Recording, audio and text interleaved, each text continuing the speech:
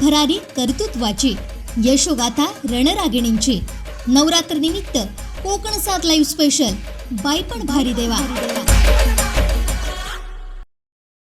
नमस्कार, मी देवयानी वरसकर। कोकणचं नंबर 1 महाचॅनल कोकण सात लाईव्ह आपल्या सगळ्यांसाठी घेऊन आले खास विशेष नवरात्रीच्या निमित्ताने सिंधुदुर्गातील नवदुर्गा हा विशेष कार्यक्रम। या कार्यक्रमामध्ये आम्ही अशा महिलांची ओळख करून देतो की ज्यांनी स्वतः एक वेगळं असं स्वतःचं विश्व निर्माण केलं आहे, काही रोजगाराच्या संधी निर्माण केलेल्या आहेत आणि इतरांना त्या निमित्ताने आपलं स्वतःचं आर्थिक मान उंचवण्यासाठी मदत केलेली आहे। सिंधुदुर्ग जिल्ह्यामध्ये महिलांचा टक्का थोडासा अधिकच आहे आणि त्यात करून या महिलांना एकत्रित सामावून किंवा या महिलांना रोजगार जर द्यायचा असेल तर काय करायला पाहिजे यावरती अनेक वेळेस काथ्याकूट होते। परंतु अनेक गावागावांमधून अशा अनेक नवदुर्गा आपल्या आपल्या परीने काम करत असतात आणि आपापल्या परिसरातील महिलांना रोजगार देत असतात। अशाच एका नवदुर्गेची ओळख आज आपण या कार्यक्रमातून करून घेणार आहोत आणि त्या आहेत वैभववाडी तालुक्यातल्या नापणे येथील वृषाली भालचंद्र ताम्हणकर। वृषालीताई, तुमचं खूप खूप स्वागत आहे। सगळ्यात पहिल्यांदी तुम्हाला खूप खूप शुभेच्छा, नवरात्रीच्याही खूप खूप शुभेच्छा। थँक्यू। एक अत्यंत ग्रामीण भागातल्या महिला किंवा एक ग्रामीण भागातली स्त्री शिक्षण झालं, लग्न झालं आणि आपलं घर आणि कुटुंब एवढ्यापुरतं मर्यादित असं विश्व, असं काहीसं चित्र ग्रामीण भागातल्या लग्न झालेल्या महिलेचं असते। असं असताना आपल्या पतीला त्याच्या व्यवसायामध्ये, त्याच्या कामकाजामध्ये थोडासा हातभार लावावा, आपल्या कुटुंबाला हातभार लावावा म्हणून तुम्ही ही जी काही ताम्हणकर कॅशू इंडस्ट्री ही जी काही उभी केली त्याची सुरुवात कशी झाली, काय सांगाल? प्रथम मी असं सांगेन की माझं ज्यावेळी लग्न झालं होतं माझं वय खूप लहान होतं, म्हणजे 18 वर्ष जेमतेम पूर्ण झाली होती मला। आणि पूर्वी कसं असं बघत नव्हते की त्यांचं काय आहे, ते नोकरीला आहेत का नाही, कशाला आहेत, असं काय पूर्व बघत नव्हते। एक मुलगा चांगला असेल, चला मुलगा चांगला आहे ना, आपण मुलगी देऊन मोकळे होऊ। मग ज्यावेळी माझं लग्न झालं त्यावेळी यांच्या घरात मुळात मला बाळकडून मिळालं व्यवसाय तर मला सासरीच मिळालं, कारण आमच्या सासऱ्यांचं छोटंसं हॉटेल होतं। मग त्या हॉटेलात सगळं असं आम्ही काम करायचं आणि काम करता करता असं मला असं जाणीव व्हायची की चला लोकांची गुलामी करण्यापेक्षा आपण एखादा आपलाच व्यवसाय जर उभा केला तर बरं होईल। मग त्याच दरम्यान माझे मिस्टर आमचे इथले एक रिलेटिव्ह आजारी होते KM हॉस्पिटलला, मग तिथे ते गेले। तिथे गेले आणि त्यांनी ते ज्यूस, एक आमचे ते आजारी होते त्यांना काय संत्र मोसम असे लोक गेले की भेटायला जातात तेव्हा घेऊन जातात। मग ते म्हणाले की एवढं जरा खाली ना मला ज्यूस काढून आणून द्याल काय, आपण त्यांना पैसे द्यायचेच आहेत। तर हे म्हणाले चालेल, मी बघतो देत असेल तर काढून आणतो म्हणून। मग त्याचे ते खाली गेले, त्यांच्याकडे त्यांना त्या भैयांना पैसे दिले, त्यांनी ज्यूस काढून आणले, त्यांना दिले। आणि नंतर घरी आल्यावर त्यांच्या डोक्यात एक विषय चाललेलाच होता की आपण आपलं काहीतरी छोटंसं काही असू दे, 1-5 महिन्याचं 10 महिन्याचं आपण काहीतरी उभं करायचं आणि आपण कोकणात जाऊन आपलं वैभव निर्माण करायचं। पण त्यावेळी पण मला माझे सासरे म्हणाले होते की तुम्ही आता हे जाणार आहात, हे तुमच्या हातात तुम्ही एकदम शून्यच घेऊन जाणार आहात, तुमच्याकडे काहीच नाही, तर तुम्ही कसं काय करणार, तर तू जाऊ नको, तू त्यांना सांग की जाऊ नको म्हणून। नाही म्हटलं, ज्या माझा नवरा म्हटलं हिरारीने करायला पुढे धावते मग त्याच्या मागणी मला साथ देणं हे गरजेचं आहे। माझ्या हातात आज जरी काय नसलं तर उद्या काय असू शकतं। आणि त्या हिरारीने आम्ही आलो, इथे ही जागा घेतली, त्याच्यानंतर आम्ही हे घर बी बांधलं। आणि ज्यावेळी आम्ही घरात प्रवेश केला त्यावेळी छोटेसं युनिट टाकायचं आमच्या मनात होतं। मग त्यावेळी आम्ही बँक ऑफ इंडियाकडनं 1,80,000 रुपये कर्ज काढलं आणि ते कर्ज घेऊनच डोक्यावर आम्ही घरात प्रवेश केला। पण त्यावेळी आम्हाला कर्जाचं काय वाटलं ना, कारण दोघंही आम्ही हिरारीने सगळं करणार होतं आणि आमच्या मनाची इच्छा दांडगी होती की आपण काहीतरी करू शकू, हे कर्ज म्हणजे आम्हाला काहीच नाही। आणि त्यावेळी सुरुवातीला आधी आम्ही काय केलेलं की थोडं आम्ही ज्या ठिकाणी राहत होतो ज्या एरियात त्या लोकांना कोकणाची आवड होती। मग ते कोकणात फिरायला यायची लोक, कोकणात फिरायला आल्यावर मग त्यांना असं त्यांचं नाश्त्याचं म्हणा, करत जेवण म्हणा, काय म्हणा, असं ते बाहेर घेऊन डबल पैसा घालण्यापेक्षा मी मिस्टरांना सांगायची की घरातला नाश्ता आहे। आणि त्या शहरातल्या लोकांना कसं कोकणातलीच जास्त आवड असते, मग त्यांना नाश्ता म्हणा, त्यांचं जेवण म्हणा, हे मी सगळं घरातून त्यांना करून द्यायचं। खूप त्रास व्हायचा, पण त्रास झाला त्यांना मला त्याचा आनंद पण व्हायचा, कारण ती लोक समाधानी व्हायची, त्यामुळे मला त्या गोष्टीचा आनंद व्हायचा आणि त्यांना मला पैसाही मिळायचा। त्याच्यानंतर हळूहळू आम्ही असं सगळं केलं नाही आणि मग प्रत्येकाच्या घरोघरी जाऊन सांगितलं की तुम्ही असे चुलीत काजू भाजता, एक किलो काजू भाजला तर तुम्हाला 100 ग्रॅम त्यांना गर मिळतो, बाकी सगळे तुमचे जळून फुकट जातात, तर तुम्ही आमच्याकडे आणून द्या, आम्ही कमी किमतीत तुमचे काजू व्यवस्थित फोडून तुम्हाला अगदी व्यवस्थित करून देऊ। मग त्याप्रमाणे तसे हळूहळू थोडी लोक थोडी ह्या वर्षी 50 किलो, दुसऱ्या वर्षी 100 किलो असे येऊन आता ह्यावेळी जवळजवळ आम्ही 20 टनापर्यंत पोचलो आहे. बरं. आणि त्यांच्या सगळ्यांनी व्यवस्थित आम्ही करून देतो. आणि हा व्यवसाय करत असताना पुढे अजून असं वाटलं की नाही, एका व्यवसायावर थांबायचं नाही. 10 ठिकाणून मला माझी मैत्रीण म्हणायची, अगं हे 10 धंदे करतेस, 10 धंद्यात तुला काय मिळणार आहे. मग त्यावेळी मी तिला एक उदाहरण दिलं, हे बघ, हे 10 धंदे ना, 10 धंद्यातनं 9 धंदे बंद पडले तर एका धंद्यातनं मला 1 रुपया मिळाला तरी माझं म्हटलं चारित्र चालू शकते. म्हणून म्हटलं 10 धंदे आज करायची माझ्यात हिंमत आहे, म्हणून मी 10 धंदे करते. आणि त्याच्यानंतर माझ्या मिस्टरांनी मलाही साथ दिलेली, मी माझ्या मिस्टरांना साथ दिली, आजपर्यंत इथपर्यंत आम्ही पोहोचलो आहे. नक्कीच, बरोबर. आता जसं म्हणजे तुम्ही म्हणालात की व्यवसाय सुरू झाला एका हॉस्पिटलमध्ये गेल्यानंतर ज्यूस करून देण्याच्या, म्हणजे त्याच्यावरून तुम्हाला एक आयडिया आली की बाबा असं आपण करू शकतो. इथे आलात, काजूचं हे म्हणजे काजू फोडून देण्याचं, भाजून त्यांना फोडून देण्याचं, प्रोसेसिंग करण्याचं हे घरगुती स्तरावरती सुरू केलं. परंतु आता कसं आहे, आपल्याकडे काजू म्हटलं की अनेक गावागावामध्ये काजूचे काजू फोडून देणारे किंवा काजूचे छोटे छोटे युनिट्स आहेत. मग अशा परिस्थितीमध्ये तुमचं वेगळेपण असं काय होतं की लोक तुमच्याकडे यायची का? आता तुम्ही म्हणाला की मी 20 टनापर्यंत आले, की जे अगदी 1 किलोमध्ये होते त्या आज 20 टनापर्यंत तुम्ही काजू फोडून देतात. काय वैशिष्ट्य होतं तुमचं? आमचं मुळात आम्ही काय केलं, आम्हाला पैसा मिळण्यापेक्षा आम्ही जी क्वालिटी असते ती क्वालिटी पहिली मेंटेन केली. आणि एखादी व्यक्ती जर अगदी अर्धा किलो किंवा पाव किलो जरी काजू घेऊन आली की मला ह्याचे गर काढून द्या, तर त्या व्यक्तीला आम्ही परत कधी पाठवलेले नाही की त्या अर्धा किलोची गर की पाव किलोची गर त्यांना काढून दिलेले. त्यामुळे आमची लोकांच्या ह्याच्यात मनात आमच्याबद्दल भावना चांगली निर्माण झाली. त्यामुळे आम्ही ह्या इथपर्यंत पोहोचू शकलो. बरोबर. आता जसं म्हणालात की म्हणजे काजू फोडून देणं किंवा त्यांना त्याच्या पद्धतीचे किंवा त्यांच्या स्टँडर्डचे काजू त्यांना करून देणं इथपर्यंत ठीक आहे. तुम्ही स्वतः काजूचं म्हणजे प्रोसेसिंग स्वतः सुरू करून त्याचं मार्केटिंग करण्याचा कधी प्रयत्न केलात का?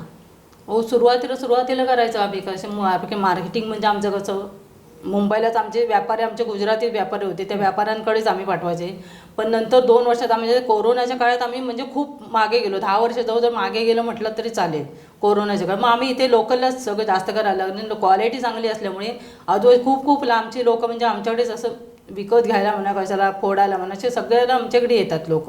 मुळात आमची क्वालिटी मेंटेन केली आम्ही. आम्ही जर आमच्याकडे काजू प्रोसेसला ज्यावेळी येतो, 1 तारखेला जर जो माणूस आमच्याकडे काजू प्रोसेसला घेऊन आला तर आम्ही त्याला 28 ते 29 तारीख देतो. 1 महिन्याची गॅप ह्याच्यात असते. बरोबर. कारण का आता क्वालिटी, मग काय लोक आम्हाला विचारतात की तो बाकीचे असतात ते काय लवकर देतात, मग तुम्ही एवढे उशिरा का देतात. म्हटलं आम्हाला क्वालिटी मेंटेन करायची पैशापेक्षा. तुम्ही एखाद्याला गर दिलं तर त्याला असं वाटायला होतं की खरोखरच चांगलं आहे, की त्याला खाताना डिंक लागता नाही, इतक्या म्हणजे प्रोसेस चांगली व्हावी यासाठी आम्ही त्यातला मधला टाईम द्यायचा. बरोबर. काजू फोडून देणं किंवा हे करणं इथपर्यंत ठीक आहे. त्याच्यानंतर तुम्ही वेगवेगळे बाय प्रॉडक्ट्स म्हणजे काजू मोदक करणं किंवा चॉकलेट तयार करणं हे सुद्धा सुरू केलं. मग ते तुम्ही त्याचं शिक्षण घेतलं आणि सुरू केलं की तुमची आवड होती त्याच्यातून सुरू केलं, आणि त्याला तुम्हाला कसा प्रतिसाद मिळाला?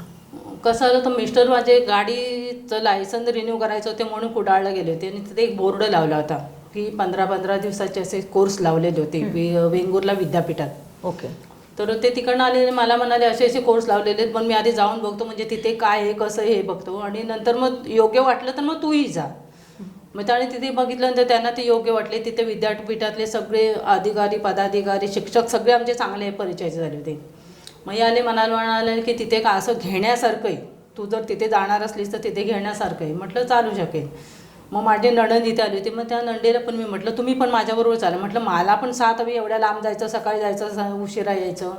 मग आम्ही दोघी पण तिथे गेलो. त्याने खूप आम्हाला पदार्थ शिकवले. पण मला कसे ह्याच्यात मोदकातच जास्त आवड होती. म्हणजे कशासाठी की उद्या काजू जरी विकत घ्यायचा असला तरी तो विकत घ्यायचा नाही, तो माझ्याकडचं वापरायचा आहे. म्हणजे मला ते रॉ मटेरियल विकत घ्यायचं नाही. मग त्या मोदकावर मी जास्त भर दिली.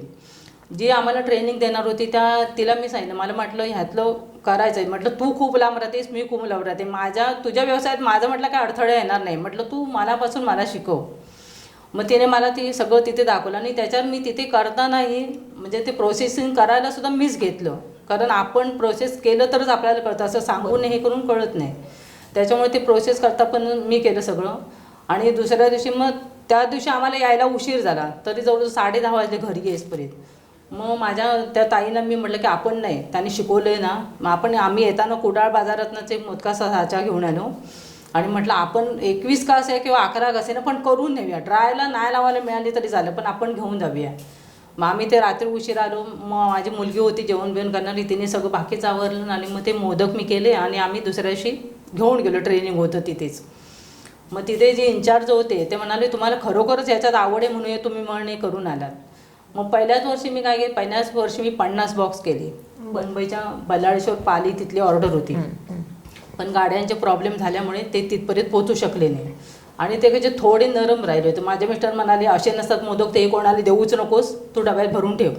म्हटलं चालेल काय हरकत नाही, पण मला स्वस्त बसवत नव्हतं. हे गाडी आमचे सीटर असल्यामुळे हे धंद्यावर गेले.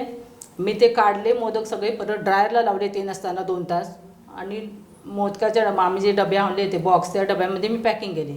आणि जी लोक काजू न्यायला येत होते इथे त्या लोकांना प्रत्येकाला मी म्हटलं माझे 4 डबे असे फुकट वाटण्यात गेले तरी चालते पण लोकांपर्यंत जाऊ दे. बरोबर. मग मी प्रत्येकाला एक असा खायला दिला. मग प्रत्येकाला आवडला. मग कोणी 2 कोणी 3 असे सगळ्यांनी ते मोदक घेतलं नाही. पहिल्या वर्षी 50 झाले, दुसऱ्या दिवशी 200 झाले, असे वाढत आज आम्ही 5000 बॉक्सपर्यंत पोहोचलो. अरे वा, क्या बात आहे. खूप छान. आमचा मोदक मुख्यमंत्र्यांपर्यंत गेला, बाहेर लंडनला गेलाय, फॉरेनला गेलाय. अरे वा, इथपर्यंत मोदक पोहोचले. वा वा. म्हणजे एक सर्वसामान्य गृहिणी पासून एक उद्योजिका आणि तिचा मोदक मुख्यमंत्र्यांच्या घरापर्यंत जातो, मुख्यमंत्री खातात, इवन परदेशात जातो आणि ते खाल्ले जातात तिथून मोदक. निश्चितच ते त्यांच्या चिकाटीचं, परिश्रमाचं आणि त्यांनी मेंटेन केलेल्या क्वालिटीचं द्योतक आहे. ताई, तुम्ही जेव्हा आता म्हणजे हे मोदकांचं सुद्धा सुरू केलं त्यानंतर तुम्ही हे कोकम सरबत, कोकम आगळ याचासुद्धा साईड बिझनेस सुरू केला. मग ते कसं, कारण आपल्याकडे कसं आहे, जसं तुम्ही क्वालिटीबद्दल जेव्हा आग्रही आहात असं म्हणता, तेव्हा आज आपल्याकडे कोकम सरबत किंवा कोकम आगळमध्ये खूप काय काय मिक्स करून ते सर्रास दिलं जाते. कशी काय ही क्वालिटी आणि तो विश्वास तुम्ही जपता? मुळात आम्ही मॅडमच्या इथे जे सगळ्या ज्या वस्तू प्रॉडक्ट जे बनतात ते आमचे सगळे विदाऊट केमिकल आहेत. आम्ही हे मोदकसुद्धा म्हणतो त्यांना आम्ही फक्त 15 दिवसाचीच व्हॅलिडिटी देतो. 15 दिवसाच्या नंतर राहतात 21 दिवस, पण आम्ही 15 दिवसच देतो त्याला, कारण त्याच्यात आम्ही कुठलंही केमिकल वापरत नाही. कोकम सरबत, आवळा सरबत, त्याच्यानंतर तुमचं आगळ, कोकम, हे सगळे आम्ही म्हणतो ह्याच्यात कुठलंही आम्ही केमिकल वापरत नाही. परत मँगो पल्प, त्याच्यातही कुठलं आम्ही केमिकल वापरत नाही. सगळं इथे जे बनतात ही सगळी त्याच्यानंतर आंबा लोणचं असतं, लिंबाचं लोणचं असतं, गोड आंबडे दोन्ही लोणचं असतं, म्हणजे आम्ही कशातही केमिकल वापरत नाही. मुळात आम्हाला ते केमिकल वापरायचं नाही. विदाउट केमिकल जेवढं चांगलं आपल्या शरीराला मिळेल तेवढं आम्ही देण्याचा प्रयत्न करतोय. बरोबर.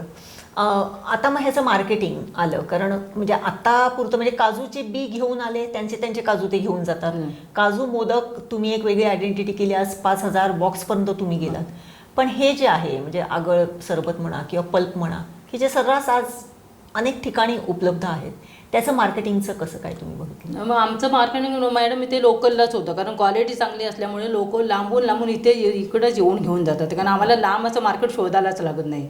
आम्हाला आता एक बत्तीस शिराळ्याला एक प्रचिती कंपनी आहे, त्या प्रचितीत आम्ही पहिल्याच वर्षी त्यांना मँगो पल्प आम्ही कसं बॉटलमध्ये पॅकिंग करतो. मग पहिल्या वर्षी आम्ही त्यांना 1 बॉटल नेऊन दिली. आम्ही त्यांच्या कंपनीला भेट दिली होती, त्यांच्या दूध डेअरीला, आणि त्यांना सांगितलं की आम्ही असं मँगो पल्प करतो, तर तुम्हाला लागतो ना, तर तुम्ही एकदा हे बघा ट्राय करून. तर त्यांनी खूप ठिकाणून आणले होते, पण त्यांनी सांगितलं की हा तुमचा रस 1 नंबर म्हणेल आहे, आम्ही जेवढे घेतले त्याच्यात म्हणणे चांगलं आहे. पण त्यांनी त्या वर्षी आमच्याकडनं जवळजवळ 200 बॉटल ते घेऊन गेले आणि त्यांनी आम्हाला सांगितलं तुमच्याकडचा रस आम्हाला हवा आहे, पण आम्हाला स्टील पॅकिंगमध्ये हवा आहे. कारण त्यांचं कसं ते म्हणाले एखादं आम्हाला जर 5 किलो आम्रखंड बनवायचा असला तर ह्या 5 बॉटल आम्हाला फोडायला आणि काढायला वेळ जातो. डबा असला की कसं आमचं एक 5 किलो 3 किलोचं घालायचं असलं तर आम्ही एक डबा फोडला की आता एका हाताने घालू शकतो. तर आम्हाला तुम्ही तसं द्या, तुमचा जेवढा टन होईल मँगो पल्प तेवढा आम्ही घ्यायला तयार आहोत. एवढं बरोबर. मग याच्याबरोबर म्हणजे आता स्वतःचा तुम्ही व्यवसाय सुरू केलात, पण मॅनपॉवर आली, म्हणजे मदत करणाऱ्या महिला आल्या, त्यांना तुम्ही गावातून कसं घेतलं, तुमच्या वाडीतल्या महिलांना कसं कन्व्हिन्स केलं आणि कसा पद्धतीने तुम्ही रोजगार दिलाय? गावातल्या मॅडमचं कसं झालं होतं, खूप काय बायका अशा त्यात उन्हात आणत असं खूप जायचं आणि काय झालं खूप त्रास पण व्हायचा, खूप लांब जायचा बायका. मग मी एक दिवस आता असं त्यांना समजावून सांगितलं की तुम्ही एवढ्या लांब जाता त्यावेळी तुम्हाला गाडी खर्च आहे आणि इथला जेवढा पगार आहे तेवढा तुम्हाला पगार मिळतो. परत तुम्हाला घरातनं एकटी असली तरी मग सगळं वेळेवर करून भराभरा जायला लागतं. काय वेळी घरची कामं अर्धवट राहतात, मग बाई माणसाचं त्याचं मागे पुढे लक्ष राहतं. मग त्या बायकांना म्हटलं मी जवळच माझा रोजगार आहे, तुम्ही येत असाल तर बघा इथे जवळच. मग त्या म्हणाला आम्हाला का तेच चांगले ना. म्हणजे त्या बायकांनी पण मी त्यांना एवढं सांगितलं की जिथे तुम्ही काम करता त्या लोकांना तुम्ही आगाऊ 1 महिना सांगा की बाबा आम्ही असंच आमच्या जवळ आहे, आम्ही तिथे जाणार आहोत, आम्ही तुमच्याकडचं काम सोडणार. त्याने म्हटलं अचानक असं धक्के देऊ नका की शेवटी जसा आमचा व्यवसाय जसा त्यांचा व्यवसाय तुमच्यावर अवलंबून आहे, तर तुम्ही त्यांना पहिलं सांगा की आम्ही अशी आमचं तिथे जवळ आहे, आम्हाला असं असं परवडतं, आम्ही तिथे जातोय. आणि इथल्या ज्या गरजू बायका होतात त्या गरजू बायकांवर जास्त मी प्राधान्य दिलं. बरोबर. ज्यांना खरोखरच गरज आहे त्यांच्यावर मी जास्त प्राधान्य दिलं. आणि आज 7-8 बायका माझ्याकडे काम करते. वा. आजच्या या घडीला जेव्हा हे सगळं म्हणजे तुम्ही काजूपासून सुरुवात केलीत, काजू सोलण्यापासून सुरुवात केलीत, काजू मोदक म्हणा, आंबा सरबत, आंबा पल्प, मँगो पल्प, कोकम सरबत, आज तुम्ही काय कसं वाटतंय तुम्हाला? आज एक तुम्ही 6-7 महिलांना रोजगार देताय, एक जनरल महिला, एक घरगुती महिला, कौटुंबिक महिला आणि एक उद्योजिका, कसं वाटतंय तुम्हाला? महिला काम करताना ज्यावेळी पगार घेतात ना, ज्यावेळी आम्ही त्यांना 10 तारीखचा एक पगार आहे, त्या 10 तारीखला आम्ही ज्यावेळी पगार देतो, आम्ही त्यांना सांगतो की तुमचा आवरून अर्धा तास आज आम्ही तुम्हाला पगार देणार. त्यावेळी ते त्यांच्या चेहऱ्यावरचा जो आनंद असतो तो आनंद बघूनच पहिला मुळात समाधान वाटतो. आणि नंतर मग दुसऱ्या दिवशी किंवा एक मुली असतात, त्या मुली म्हणतात आत्या आज ना तू पगार दिलास ना, त्या पगारात मी अमुक वस्तू घेतली आहे. म्हणजे त्यांच्या चेहऱ्यावरचा आनंद, तो आनंद बघून मला एवढा आनंद वाटतो की चला माझ्या तिथे जरी माझं काम केलं नाही त्याचाच मी त्यांना मोबदला दिला आहे. मी काय माझ्याकडचे पैसे दिले नाहीत, पण त्यांना जे काय हवं होतं ते घेतलं, त्याच्यात जे समाधान त्यांच्या चेहऱ्यावरचं होतं त्याच्यातच मला खूप आनंद वाटतो. नक्कीच. आपण बघितलं वृषालीताई मगाचपासून त्यांचं जे काही कथन करत होत्या प्रवास, मला एक गोष्ट वारंवार आवर्जून माझ्या डोक्यामध्ये येत होती, ती अशी की त्यांनी पहिल्याच ह्याच्यामध्ये सांगितलं की आपण गुलामी करायची तर का करायची, आणि जर गुलामी करायची नाही तर मग आपलं स्वतःचं अस्तित्व का आणि कसं निर्माण करायचं. त्याचं उत्तम उदाहरण वृषालीताईंनी निर्माण करून ठेवलेलं आहे. आणि त्यांनी आत्ता सांगितलं की मग त्यांच्याकडे इथले म्हणजे घरगुती जेवण्यासाठी लोक यायचे, पर्यटक यायचे किंवा येतात, त्यांना घरगुती मालवणी जेवण पाहिजे असते. ते सुद्धा एका अत्यंत सुसंस्कृत अशा गृहिणीचं लक्षण आहे की त्यांना समाधान, जो जेवणारा जो आहे तो तृप्त, तर ती गृहिणी खूप समाधानी असते आणि ते समाधान त्यांच्या चेहऱ्यावरती बोलताना दिसत होतं. आणि सगळ्यात महत्त्वाचं म्हणजे त्यांनी आत्ता जे सांगितलं की त्यांच्याकडे रोजगार करायला येणाऱ्या महिलांना, मुलींना जेव्हा त्या पगार देतात महिन्याच्या 10 तारखेला, त्यावेळेसचा जो एक वेगळा आनंद त्यांच्या चेहऱ्यावरचा असतो, त्यामुळे मिळणारं समाधान हे निश्चितच वेगळं असते. आणि मला असं वाटते की या त्यांच्या छोट्याशा ऑफिसमध्ये हे समाधान नांदतं आहे आणि या समाधानामध्ये काम करणाऱ्या महिला, समाधानी मालक आणि त्याच्यातून तयार होणारी प्रॉडक्ट्स ही निश्चितच गोडवास देणारी असणार, यात काही शंकाच नाही. नवरात्रीच्या या विशेष कार्यक्रमामध्ये, नवदुर्गा या विशेष कार्यक्रमामध्ये कोकणसाद लाईव्हच्या मंचावरती आज वृषालीताईंना जेव्हा आम्ही इंट्रोड्यूस केलेलं आहे, त्यावेळेस सिंधुदुर्ग जिल्ह्यातल्या अशा काही महिला आहेत की ज्या वृषालीताईंचा आदर्श घेऊन निश्चितपणे पुढे जातील. आणि अशा 5 जरी महिला पुढे गेल्या तरी वृषालीताई करत असलेले ह्या कामाचं निश्चितच सार्थक होईल. वृषालीताई, तुम्ही आज खूप छान शब्दामध्ये आम्हाला तुमच्या या प्रवासाची माहिती दिलीत. पहिल्यांदाच जेव्हा मी आले त्यावेळेस तुम्ही म्हणत होता किंवा मला बोलण्याचं काही अजिबात माहिती नाही आहे किंवा कसं फेस करायचं कॅमेऱ्याला हे माहिती नाही आहे, परंतु मी असं म्हणेन की माझ्यापेक्षा खूप छान तुम्ही बोललात. आणि मॅडमचा कॅटरिंगचा पण मोठा व्यवसाय आहे कॅटरिंगचा. इथल्या माझ्या गावातल्या बायका मदत करतात. त्याच्या आमची इथे एक वाडी, महादेवाची वाडी म्हणून आहे, तिथल्या महिला तर खूपच मला साथ देतात. त्यांच्या जोरावरच मी कॅटरिंगचं म्हणजे 4-4 हजार माणसापर्यंत मी कॅटरिंगचं व्यवसाय करते. बरं. आणि ह्या सुद्धा व्यवसायाचं असं कसं झालं की आमच्याकडे रेल्वे स्टेशनला एक मॅडम होत्या आणि ते रेल्वे स्टेशनची दरवर्षी पूजा असते. मग त्यांनी मला एक दिवस विचारलं की तुम्ही आमच्या स्टेशन पूजेचं यायचं आमचं एक 100 माणसाचं जेवण कराल काय. तर त्यावेळी मी त्याला सांगितलं की मी 4 माणसांचं पण कधी जेवण केलेलं नाही, पण तुम्ही म्हणत असाल तर मी 1 वर्ष वेळ वाकडवेल, दुसऱ्या वर्षी व्यवस्थित, तुम्हाला पटत असेल तर बघा. तर म्हणाले चालेल. मग पहिल्या वर्षी मी त्यांचं जे जेवण केलं ते एकदम व्यवस्थित झालं. त्यापासून आज जवळजवळ स्टेशनची पूजा चालू झाल्यापासून, आता किती वर्ष झाली मला माहिती नाही, पण त्यांचं कॅटरिंगचं जे आहे जेवणाचं पूजेचं ते आमच्याकडेच कायम आमच्याकडेच आहे. बरोबर. त्याच्यानंतर महादेवाच्या डोळ्यात आमच्या शंकराची महाशिवरात्रीला मोठा उत्सव असतो आणि दुसऱ्या दिवशी मोठा महाप्रसाद असतो त्यावेळी 4,000 माणसांचं आमच्याकडे जेवणाचं काम असतं. त्यावेळी म्हणजे जो 20-25 जवळजवळ 30-40 बायकांपर्यंत बायका काम करतात. त्यावेळी ह्या माझ्या महिला जास्त म्हणजे जास्त मार्गदर्शन मला ह्या आमच्या महादेवाच्या वाडीतल्या बायकांचंच जास्त असतं. त्यांच्यात अगदी म्हणजे व्यवस्थित म्हणजे मला कसं करायचं, काय करायचं, कसं हे झालं तर ते कसं करायचं, त्यांचं मार्गदर्शन मला चांगलं लागतं. बरोबर. आणि त्याच्यातूनच तुम्ही हे एवढं चांगलं काम करू केलं. शकता की एवढं मोठं 4,000 लोकांचं 4,000 जेवण माणसांचं इलया आम्ही, तुम्ही ते शिवधनुष्य पेलू शकता. 8ला आम्ही चालू करतो, परत 12:30-1ला ते वाढायला सुरुवात करतो, 4ला सगळं फिनिश होतं. 4,000 माणसांपर्यंत असतं सगळं. आणि त्यांचं पूर्णच आमच्याकडे असतं. फक्त ते असे उचलून पैसे देतात की तुम्ही हे सगळं तुम्हीच करायचंय. मग तिथलं जे सगळं हँडल असतं ते हे करतात. बाकी सगळं स्वयंपाकाचं ज्याचं काय असेल तेवढं सगळं आम्ही सांभाळतो. बरोबर. नक्कीच कोकण साथ लाईव्हच्या मंचावरती तुम्ही एवढे तुमचे अनुभव कथन केलेले आहेत. म्हणजे एक काजू सोलण्यापासून 4,000 लोकांच्या स्वयंपाकापर्यंतचा जो स्पॅन आहे तो खूप निश्चितच मोठा आहे.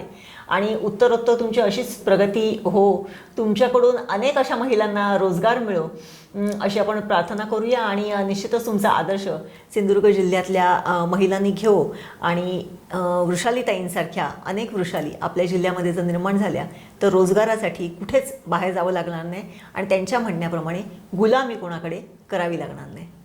धन्यवाद. उत्तुंग भरारी कर्तृत्वाची यशोगाथा रणरागिणींची नवरात्र निमित्त कोकण साथ लाईव्ह स्पेशल बायपण भारी देवा.